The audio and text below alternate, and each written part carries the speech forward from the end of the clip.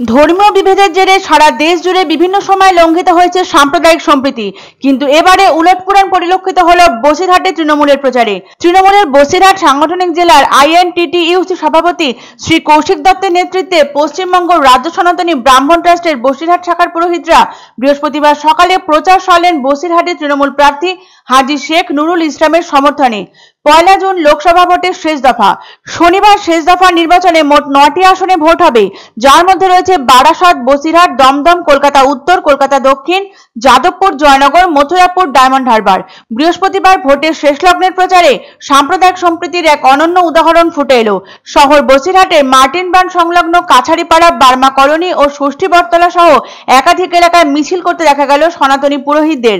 বসিরহাটে তৃণমূল প্রার্থী হাজী শেখ নুরুল ইসলামের সমর্থনে ছিল তাদের এই প্রচার। দলের ভিতরে বাইরে চর্চা চলছিল বসিরহাটের বিদায়ী সংসদকে নিয়ে।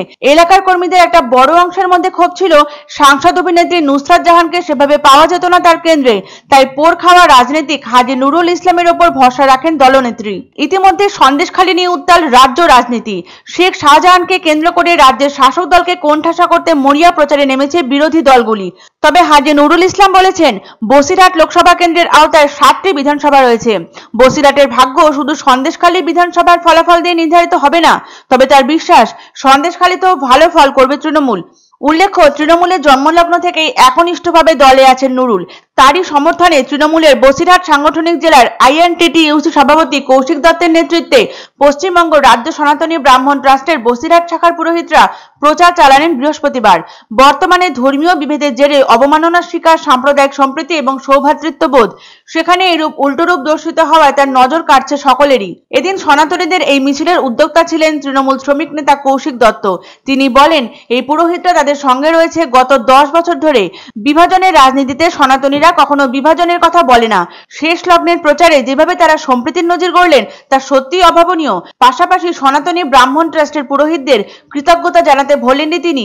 অন্যদিকে ব্রাহ্মণ ট্রাস্টের পুরোহিত শ্রী দীনেশ চট্টোপাধ্যায় বলেন, রাজ্যের পুরোহিত সম্প্রদায়ের জন্য মুখ্যমন্ত্রী মমতা বন্দ্যোপাধ্যায় গ্রহণ করেছেন বিশেষ প্রকল্প। রাজ্যের প্রায় 7 থেকে 8 হাজার পুরোহিত মমতা বন্দ্যোপাধ্যায়ের গৃহীত প্রকল্পে উপকৃত হয়েছেন। পাশাপাশি তিনি বলেন, বিগত বাম আমলে যে সকল সুযোগ সুবিধাগুলি একদমই উপলব্ধ ছিল না, সেগুলি এখন তারা পাচ্ছেন। তাই আজকে তারা সমবেত হয়েছেন এই মিছিলে। বসিরহাটে তৃণমূল কংগ্রেস প্রার্থী হাজী নুরুল ইসলামের সমর্থনে জোর কদমে প্রচার চালালেন তারা। সনাতনী পুরোহিতদের এই মিছিলের আয়োজনে অত্যন্ত আপ্লুত হয়ে পড়েন নুরুল। তিনি বলেন, বসিরহাটের মানুষের সমর্থন এর আগেও তিনি পেয়েছেন এবং আশা রাখেন এবারও তার পাশে থাকবে বসিরহাটবাসী।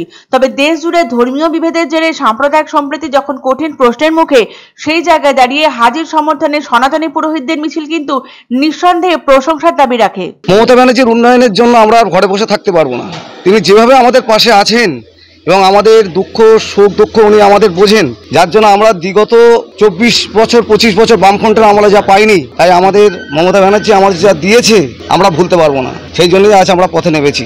আমরা এই পুরোহিতদের কাছে কৃতজ্ঞ। শেষ লগ্নের প্রচারে সনাতন ব্রাহ্মণ ট্রাস্টের বসিরহাট শাখার পুরোহিতবৃন্দ বসিরহাট সংসদীয় এলাকার সকল মানুষকে ভোট দেওয়ার আহ্বান জানিয়ে তারা রাস্তায় নেমেছেন।